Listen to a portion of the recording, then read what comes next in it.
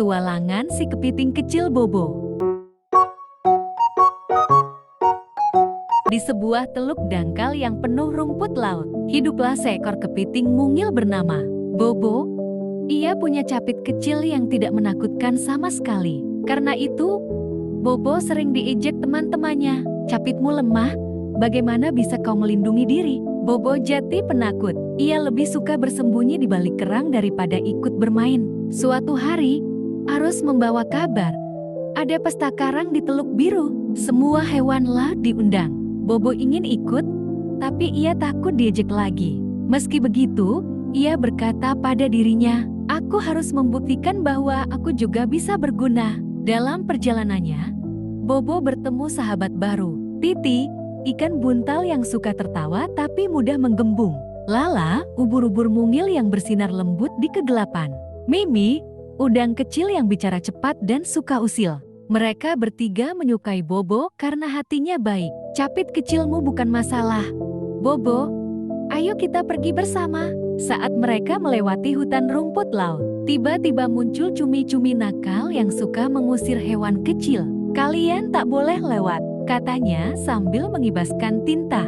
Bobo gemetar, tapi ia menemukan keberanian dengan memotong rumput laut kusut menggunakan capitnya yang kecil. Ternyata capit mungilnya pas sekali untuk hal itu. Akhirnya mereka bisa lewat dengan selamat. Ketika melewati jurang sempit, seekor belut laut mencoba mengejar mereka. Titi panik dan menggembung sampai menutup jalan.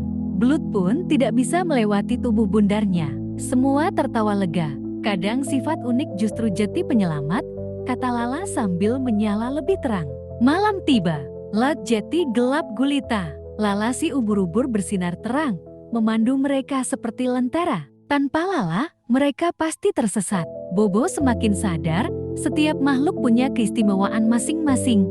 Akhirnya mereka sampai di Teluk Biru, terumbu karang penuh warna. Ikan-ikan menari, gurita memainkan drum dari tempurung kerang.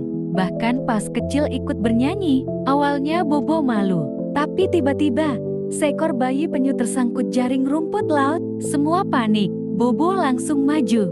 Dengan capit kecilnya, ia memotong jaring rumput laut itu dengan cepat. Bayi penyu pun bebas. Semua hewan bersorak, Bobo si capit kecil adalah pahlawan. Beberapa hari setelah pesta karang, Bobo dan teman-temannya bermain petak umpet di terumbu. Tiba-tiba datang Nona Nori, penyu tua yang bijak. "Anak-anak, aku butuh bantuan. Mutiara laut yang menjaga keseimbangan arus telah hilang," katanya khawatir. "Tanpa mutiara itu, arus bisa menjadi kacau. Bisa ada badai laut yang berbahaya." Bobo menelan ludah. Ia masih ragu dengan dirinya. Tapi sahabat-sahabatnya bersorak, "Ayo, kita cari mutiara itu bersama." Mereka mulai mencari di gua gelombang. Gelombang masuk keluar gua itu seperti napas raksasa. Titi yang ceroboh hampir tersedot arus. Tapi Bobo menariknya dengan capitnya. Lala memancarkan cahaya untuk menemukan jejak di dinding gua. Mereka menemukan sisik perak yang bersinar samar. "Ini milik siapa ya?" gumam Mimi. Jejak membawa mereka ke padang karang, tempat tinggal Raja Kuda Laut. Ia kecil, tapi mengenakan mahkota rumput laut. "Iya, aku melihat seekor ikan anah membawa mutiara itu ke arah jurang dalam," katanya. Meski suaranya pelan, semua percaya. Jurang dalam terkenal berbahaya dan penuh kegelapan. Saat menuju jurang, Titi dan Mimi bertengkar. Mimi mengejek Titi yang lambat, sementara Titi kesal karena Mimi terlalu cerewet. Bobo akhirnya menengahi. "Kita tidak bisa bertengkar. Tanpa kalian, aku tidak akan sampai sejauh ini." Mereka pun saling meminta maaf, lalu tertawa bersama. Tiba-tiba, dari kegelapan muncul sosok besar. Seekor ikan naga laut bernama Zafir. Sisiknya perak, sama seperti yang mereka temukan di gua. "Jati, kaulah yang mengambil mutiara itu?" seru Lala. Zafir mengibaskan ekornya. "Aku tidak mencuri, aku hanya melindunginya. Ada yang ingin memanfaatkan mutiara itu untuk hal buruk." Zafir bercerita bahwa ada gerombolan belut hitam yang ingin memakai mutiara untuk menguasai arus laut. Untuk mencegah itu, Zafir mengambil mutiara lebih dulu. Namun ia tidak bisa menjaganya sendirian. "Aku butuh kalian, makhluk-makhluk kecil yang punya hati murni," katanya. Gerombolan belut hitam menyerang. Titi menggembung hingga menutup celah jurang. Mimi memukul ekor belut dengan kecepatan supernya. Lala membutakan musuh dengan cahaya terang. Dan Bobo, ia menggunakan capit kecilnya untuk menjepit tali rumput laut hingga jatuh menimpa para belut. Menjebak mereka, dengan kerjasama, mereka berhasil mengalahkan belut hitam. Zafir menyerahkan mutiara itu kepada Bobo. Kaulah yang layak membawanya, Bobo. Kapit kecilmu ternyata sangat berharga. Bobo mengembalikan mutiara ke Nona Nori. Laut kembali tenang, arus mengalir indah. Semua hewan bersorak merayakan keberhasilan mereka. Suatu pagi, Bobo dan teman-temannya bermain di dekat terumbu karang.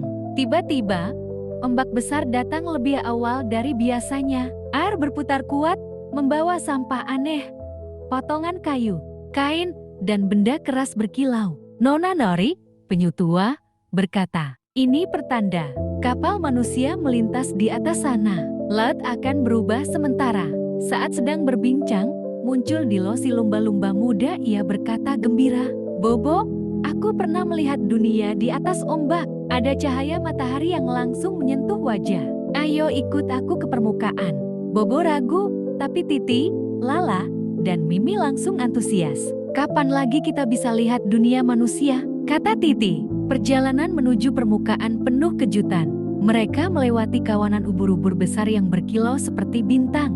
Sekelompok ikan terbang melompat ke udara, membuat semua terkagum-kagum. Lala agak ketakutan, karena cahaya matahari semakin menyilaukan. Namun, tak jauh dari sana, sebuah kapal kayu besar terlihat. Tali jaringnya menjuntai ke laut. "Manusia," bisik Mimi, sedikit gemetar. Mereka melihat sekelompok ikan kecil terperangkap di jaring. Ikan-ikan itu meronta, tapi tidak bisa keluar. Bobo menghela napas dalam. "Kita harus menolong mereka." Dilo menawarkan diri menarik jaring dengan kekuatannya. Titi siap menggembung untuk menghalangi kapal bila perlu. Lala akan memberi sinyal cahaya agar kawanan ikan lain menjauh. Mimi dan Bobo yang kecil akan masuk ke selai jaring untuk membebaskan teman-teman yang terperangkap. Saat mereka sibuk bekerja, seorang manusia menunduk dari kapal. Tangannya hampir menyentuh air, mencoba meraih sesuatu. Bobo kaget, tapi justru semakin bersemangat. Ia menjepit simpul tali jaring dengan capit kecilnya. "Aku tidak boleh menyerah." Setelah penyelamatan, ombak semakin tinggi. Mereka harus segera kembali ke dasar laut. Dilo melompat gembira ke udara sebelum menyelam lagi. Laut bawah jauh lebih aman. "Tapi langit, sungguh indah, ya," kata Lala sambil menatap sinar matahari terakhir sebelum tenggelam. Di terumbu pelangi, kabar penyelamatan ikan-ikan kecil tersebar cepat. Semua makhluk laut memuji Bobo dan sahabat-sahabatnya. Nona Nori berkata, "Bobo, kau bukan hanya pahlawan laut dalam. Kau kini juga penjaga batas antara laut dan langit." Awan hitam menumpuk di atas laut, petir menyambar, dan ombak semakin tinggi. Semua penghuni laut panik. Karang-karang mulai patah, arus terseret ke arah yang salah.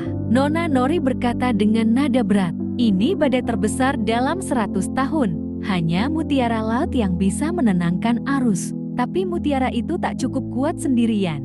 Dibutuhkan hati yang berani untuk mengaktifkannya kembali." Bobo merasa takut. Capit kecilnya bergetar. Mereka menuju palung tempat mutiara laut disimpan. Arus sudah berputar ganas, membuat perjalanan sulit. Titi menggembung agar bisa jati pelindung dari batu karang yang terbawa arus. Mimi bergerak cepat mencari jalan aman.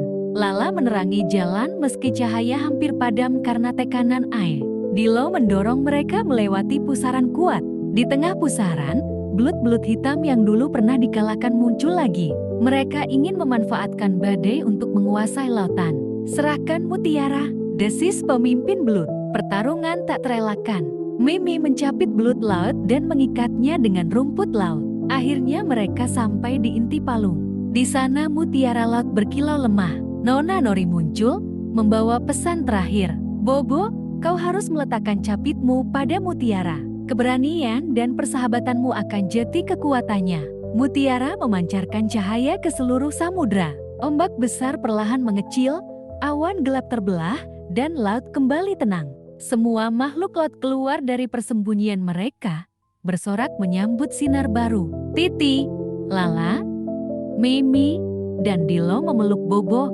"Kau pahlawan sejati," kata Dilo sambil tersenyum. Beberapa hari kemudian, terumbu karang kembali indah. Hewan-hewan laut membuat pesta syukur. Kini, Bobo bukan lagi kepiting penakut dengan capit kecil. Ia dikenal sebagai penjaga laut kecil yang menyelamatkan samudra. Nona Nori berkata bijak, "Bukan besar capitmu yang membuatmu hebat, Bobo, tapi besar hatimu." Malam itu, Bobo duduk di karang, memandang bintang di permukaan laut. Ia teringat semua petualangan. Pesta karang, mutiara hilang, dunia di atas ombak, hingga badai besar.